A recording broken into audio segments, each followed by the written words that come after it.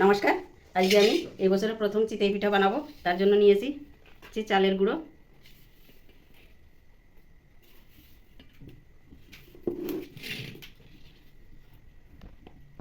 এতে স্বাদ অনুসারে লবণ দেবো, হালকা গরম জল করে নিয়েছি। এবার চিতই পিঠার বেটারটা বানাবো। চিতই পিঠা বানানোর জন্য সরাটা চুলাতে বসাই দিয়েছি, এবার দিয়ে দেবো।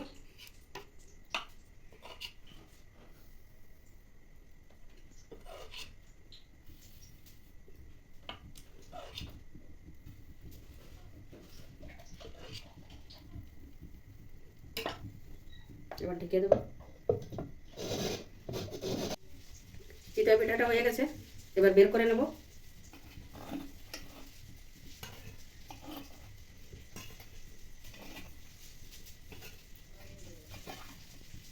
চিতই পিঠা বানানো হয়ে গেছে, আর দুধ চিনি দিয়ে জ্বালিয়ে নিয়েছি, এতে এখন ভিজাবো।